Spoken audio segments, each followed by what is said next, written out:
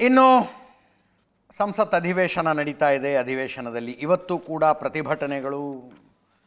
SIR ಅಂತ ಒಂದು ಏನಾಗ್ತಿದೆಯಲ್ಲ ಬಿಹಾರದಲ್ಲಿ, ಸಂಪೂರ್ಣ ವೋಟರ್ ಲಿಸ್ಟಿನ ಪರಿಷ್ಕರಣೆ, ಅದರ ಪ್ರತಿಯನ್ನು ಹರಿದು ಕಸದ ಬುಟ್ಟಿಗೆ, ಪ್ರತಿ ಅಂದರೆ ಅದು ಪೇಪರ್ ಮೇಲೆ ಬರೆದಿತ್ತು, ಅದನ್ನು ಹರಿದು ಕಸದ ಬುಟ್ಟಿಗೆ ಹಾಕಿದ್ರು ಮಲ್ಲಿಕಾರ್ಜುನ ಖರ್ಗೆ ಅವರು. ಇವತ್ತು ಕೂಡ ನಡೆಯಬೇಕಾದ ರೀತಿಯಲ್ಲಿ ಸಂಸತ್ ಅಧಿವೇಶನ ನಡೆಯಲಿಲ್ಲ.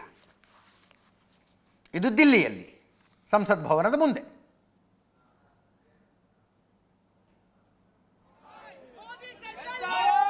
ಇನ್ನೊಂದು ಕಡೆ ಬಿಹಾರದಲ್ಲಿ ಪಾಟ್ನಾದಲ್ಲಿ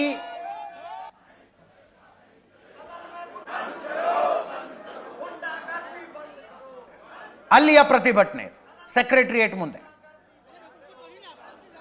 ರಾಬಡಿ ದೇವಿ ಬಂದಿದ್ರಿ ಪ್ರತಿಭಟನೆಗೆ, ಕಪ್ಪು ಬಟ್ಟೆ ಧರಿಸಿದ ಪ್ರತಿಭಟನೆ. ಅಲ್ಲಿ ತಮ್ಮ ಪುತ್ರ ತೇಜಸ್ವಿ ಯಾದವ್ರ ಕೊಲೆ ಪ್ರಯತ್ನ ನಡೀತಾ ಇದೆ. ಆಕ್ಸಿಡೆಂಟ್ ಮಾಡಿಕೊಳ್ಳೋದಕ್ಕೆ ಟ್ರೈ ಮಾಡ್ತಿದ್ದಾರೆ. ಈ ಪ್ರಯತ್ನ ಇನ್ಯಾರು ಮಾಡಬಹುದು BJP JDUನ ಹೊರತಾಗಿ ಅಂತ ಕೇಳಿದ್ರು. ಗಂಭೀರ ಆರೋಪ ಮಾಡಿದ್ದಾರೆ ರಾಬಡಿ ದೇವಿ, ಬಿಹಾರದ ಮಾಜಿ ಮುಖ್ಯಮಂತ್ರಿ, ತೇಜಸ್ವಿ ಯಾದವ್ ತಾಯಿ, ಲಾಲು ಪ್ರಸಾದ್ ಯಾದವ್ ಪತ್ನಿ. ಕೇಳಿಸ್ಕೊಳ್ಳಿ ಒಮ್ಮೆ. ಇನ್ನು ಇದೇ ರೀತಿಯ ಪ್ರತಿಭಟನೆ ಮಾಡುವ ಸಂದರ್ಭದಲ್ಲಿ ರಾಹುಲ್ ಗಾಂಧಿ ಅವರು ಚುನಾವಣಾ ಗೋಲ್ಮಾಲ್ ಬಗ್ಗೆ ಮಾತಾಡಿದ್ರು. ಕರ್ನಾಟಕದಲ್ಲಿ ಒಂದು ಲೋಕಸಭಾ ಕ್ಷೇತ್ರದ ಚುನಾವಣೆಯಲ್ಲಿ ಗೋಲ್ಮಾಲ್ ಆಗಿರುವುದರ ಪಕ್ಕಾ ಡಾಕ್ಯುಮೆಂಟ್ ನಮ್ಮ ಹತ್ರ ಇದೆ ಅಂದಿದ್ರು. ಅದಾದ ನಂತರ ಅದಕ್ಕೆ ಸಂಬಂಧಿಸಿದ ಹೇಳಿಕೆಗಳು ಏನೇನೋ ಬಂದವು. ನೆಕ್ಸ್ಟ್ ಡೇ ಅವರು ಹೇಳಿದ್ರು 40, 50, 60 ವರ್ಷದವರು ದೊಡ್ಡ ಸಂಖ್ಯೆಯಲ್ಲಿ ಒಂದು ಲೋಕಸಭಾ ಕ್ಷೇತ್ರದಲ್ಲಿ ಮತದಾರರ ಪಟ್ಟಿಯಲ್ಲಿ ಹೊಸದಾಗಿ ಸೇರ್ಪಡೆಗೊಂಡ್ರು ಅಂತ. DK ಶಿವಕುಮಾರ್ ಅವರು ಹೇಳಿದ್ರು, ಹೌದು, ಬೆಂಗಳೂರು ಗ್ರಾಮಾಂತರ ಲೋಕಸಭಾ ಕ್ಷೇತ್ರದಲ್ಲೇ ಹಾಗಾಗಿದೆ, ಅದರ ಬಗ್ಗೆ ಡೀಟೇಲ್ ಆಗಿ ಇನ್ನೊಂದು ಸಲ ಮಾತಾಡ್ತೀನಿ, ಈಗ ಮಾತಾಡೋದಿಲ್ಲ ಅಂತ ರಾಹುಲ್ ಗಾಂಧಿ ಅವರು ಹೇಳಿದ್ದಾರೆ. ಅಂದರೆ ಕರೆಕ್ಟೇ ಇರಬೇಕು ಅನ್ನೋ ರೀತಿಯಲ್ಲಿ ಅನೇಕ ಕಾಂಗ್ರೆಸ್ ನಾಯಕರುಗಳು ಮಾತಾಡಿದ್ದಾರೆ. ಗೋಲ್ಮಾಲ್ನ ಸಂಶಯ ನಮಗೂ ಇದೆ ಅಂತ ಸಿದ್ದರಾಮಯ್ಯನವರು ಹೇಳಿದ್ರು. ಇವತ್ತು BJP ಅವರು 2019ರಲ್ಲಿ ಒಂದು ಲೋಕಸಭಾ ಕ್ಷೇತ್ರದಲ್ಲಿ ಗೆದ್ದಿದ್ದ ನೀವು 2024ರಲ್ಲಿ 9 ಕ್ಷೇತ್ರ ಗೆದ್ದುಕೊಂಡಿದ್ದೀರಿ. ಅಂದರೆ ಗೋಲ್ಮಾಲ್ ನಡೆದಿದೆ ಅನ್ನೋ ಸಂಶಯ ನಮಗೆ ಬರ್ತಾ ಇದೆ ಅಂತಿದ್ದಾರೆ. ನಮಗೆ ಬರ್ತಾ ಇದೆ ಗೋಲ್ಮಾಲ್ ನಡೆದಿರುವ ಸಂಶಯ. ಅವರು 27ರಿಂದ ಎಷ್ಟು, ಈಗ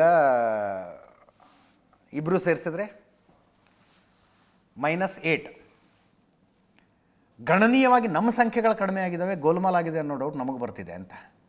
ಲೋಕಸಭಾ ಚುನಾವಣೆಯಲ್ಲಿ ನಾವು ಗೆದ್ವಿ, ವಿಧಾನಸಭಾ ಚುನಾವಣೆಯಲ್ಲಿ ನೀವು ಗೆದ್ದು ಸಿದ್ದರಾಮಯ್ಯನವರೇ ಮುಖ್ಯಮಂತ್ರಿ ಆಗಿದ್ದೀರಲ್ಲ, ನೀವು ಗೋಲ್ಮಾಲ್ ಮಾಡಿದ್ದೀರಿ ಅನ್ನೋ ಡೌಟ್ ನಮಗೆ ಬರ್ತಿದೆ ಅಂತ BJP ಅವರು. ಕೇಳಿಸ್ಕೊಳ್ಳಿ. I also agree with Rahul Gandhi. Even I also have a very thorough this one. I also have made a very detailed investigation on even my Bangalore rural constituency also. Lot of golmals have been done. I don't want to disclose much. I'll come back later on this issue. ಕಳೆದ ಲೋಕಸಭಾ ಚುನಾವಣೆಯಲ್ಲಿ ಅರ್ಹ ಮತದಾರರನ್ನ ಯಾರು eligible voters ಇದ್ದಾರೆ ಅವ್ರನ್ನ ತೆಗೆದಾಕ್ಬಿಡೋದು, ಯಾರು ineligible voters ಇದ್ದಾರೆ ಅವ್ರನ್ನ ಸೇರಿಸೋದು. ಅವ್ರು ವೋಟ್ರೇ ಅಲ್ಲ.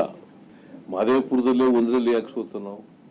ಸೆಲೆಕ್ಟೆಡ್ ಕಾನ್ಸ್ಟಿಟ್ಯೂನ್ಸಿಗಳಲ್ಲಿ ಮಾತ್ರ ಮಾಡ್ತಾರೆ, ಎಲ್ಲ ಕಡೆ ಮಾಡಕ್ಕೆ ಹೋಗಿಲ್ಲ. ಅಸೆಂಬ್ಲಿ ಎಲೆಕ್ಷನಲ್ಲಿ ಆಗಿಲ್ಲ, ಪಾರ್ಲಿಮೆಂಟ್ ಎಲೆಕ್ಷನಲ್ಲಿ ಆಗಿಲ್ಲ. ಎತ್ತಿಗೆ ಜ್ವರ ಬಂದ್ರೆ ಎಮ್ಮೆಗೆ ಬರ ಇಟ್ರು ಅಂತೇಳಿ ಹಾಗಾಗಿದೆ ಇವತ್ತು ಕಾಂಗ್ರೆಸ್ನವ್ರದ್ದು. ಸೋಲಿನ ಹತಾಶೆಯಿಂದ ಇವತ್ತು ರಾಹುಲ್ ಗಾಂಧಿ ಅವರ ಆದಿಯಾಗಿ ಒಂದು ಚುನಾವಣಾ ಆಯೋಗ ಅಂತ ಹೇಳಿದ್ರೆ ಸಂವಿಧಾನಿಕ ಒಂದು ಸಂಸ್ಥೆ. ಇಂಥ ಒಂದು ಸಂವಿಧಾನಿಕ ಸಂಸ್ಥೆ ಬಗ್ಗೆ ಒಂದು ಅನುಮಾನವನ್ನು ವ್ಯಕ್ತಪಡಿಸ್ತಕ್ಕಂಥದ್ದು, ರಾಹುಲ್ ಗಾಂಧಿ ಅವರು ಹೇಳಿರ್ತಕ್ಕಂಥದ್ದು ಸರಿ ಇದೆ ಅಂತೇಳಿ ಸಿದ್ದರಾಮಯ್ಯನವರು ಹೇಳಿದ್ದಾರೆ. ರಾಹುಲ್ ಗಾಂಧಿ ಅವರು ಹೇಳಿರ್ತಕ್ಕಂಥದ್ದು ಸರಿ ಇದೆ, ಚುನಾವಣಾ ಆಯೋಗ ದುರ್ಬಳಕೆ ಆಗಿದೆ, ಅದಕ್ಕೆ ತನ್ನ ತಮ್ಮ DK ಸುರೇಶ್ ಅವರು ಕೂಡ ಲೋಕಸಭಾ ಚುನಾವಣೆ ಸೋತಿದ್ದಾರೆ ಅಂತೇಳಿ DK ಶಿವಕುಮಾರ್ ಅವರು ಕೂಡ ಹೇಳಿದ್ದಾರೆ. ನಾನು ರಾಜ್ಯದ ಮುಖ್ಯಮಂತ್ರಿಗಳಿಗೆ DK ಶಿವಕುಮಾರ್ ಅವರಿಗೆ ನಾನು ಇವತ್ತು ಆಗ್ರಹ ಮಾಡ್ತೇನೆ, ರಾಜ್ಯದ ಜನರ ಕ್ಷಮೆನ ಕೇಳಬೇಕು. ನೀವು 24ರಲ್ಲಿ ಹೆಂಗೆ 9 ಸೀಟ್ ಗೆದ್ರು? ಈ ಅನುಮಾನ ನನಗೂ ಬಂದಿತ್ತು. ರಾಜ್ಯದಲ್ಲಿ ಅಧಿಕಾರದಲ್ಲಿ ಇದ್ದಿದ್ದು ಕಾಂಗ್ರೆಸ್ ಪಾರ್ಟಿ, ಅಧಿಕಾರದಲ್ಲಿ ಇರೋದು ಕಾಂಗ್ರೆಸ್ ಪಾರ್ಟಿ. ಅಕ್ರಮ ನಡೆಸುವ ಹೆಚ್ಚು ಅವಕಾಶ ಯಾರಿಗಿರುತ್ತೆ?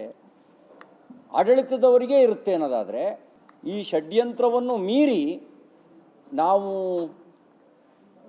NDA 19 ಸೀಟ್ ಗೆದ್ದಿದ್ದೀವಿ ಅನ್ನೋದು ಅದು ಪ್ರಜಾಪ್ರಭುತ್ವದ ಗೆಲುವು. ಮಲ್ಲಿಕಾರ್ಜುನ್ ಖರ್ಗೆ ಅವರ ಅಳಿಯ ಗೆಲ್ಲಕ್ಕೆ ಹೆಂಗಾಗ್ತಿತ್ತು? ಬೀದರ್ರು, ರಾಯಚೂರು, ಕೊಪ್ಪಳ, ಬಳ್ಳಾರಿ, ಹಾಸನ ಇಲ್ಲೆಲ್ಲ ಕಾಂಗ್ರೆಸ್ ಗೆಲ್ಲಬೇಕಾದ್ರೆ ನನಗನ್ಸುತ್ತೆ ಚುನಾವಣಾ ಅಕ್ರಮ ನಡೆಸಿಯೇ ಗೆದ್ದಿದ್ದಾರೆ ಅಂತ ಅನಿಸುತ್ತೆ. ಆರೋಪ ಸ್ಪಷ್ಟಪಡಿಸುತ್ತೆ. 2019ರಲ್ಲಿ 1 ಸೀಟು ಕಾಂಗ್ರೆಸ್ಸಿಗೆ, 2024ರಲ್ಲಿ 9 ಸೀಟು. ಈ 9 ಸೀಟು ಬರಬೇಕು ಅಂದರೆ ಅವರು ಚುನಾವಣಾ ಅಕ್ರಮ ನಡೆಸಿದ್ದಾರೆ ಅನ್ನೋದು ನನ್ನ ಅನುಮಾನ. ಇನ್ನೊಂದು ಕಡೆ ಎಲೆಕ್ಷನ್ ಕಮಿಷನ್ ಅವರು ರಾಹುಲ್ ಗಾಂಧಿ ಅವರ ಆರೋಪಕ್ಕೆ ಒಂದು ಪ್ರತಿಕ್ರಿಯೆ ಕೊಟ್ಟಿದ್ದಾರೆ. ಯಾವುದಾದರೂ ಸೋತ ಅಭ್ಯರ್ಥಿಗೆ ತಮ್ಮ ಸೋಲಿನ ಬಗ್ಗೆ ಸಂಶಯಗಳಿದ್ರೆ ಕೋರ್ಟ್ನಲ್ಲಿ ಕೇಸ್ ಹಾಕಬೇಕಾಗಿತ್ತು, ಯಾಕೆ ಹಾಕಿಲ್ಲ ಅಂತ ಕೇಳ್ತಾ ಇದ್ದಾರೆ ಅವರು.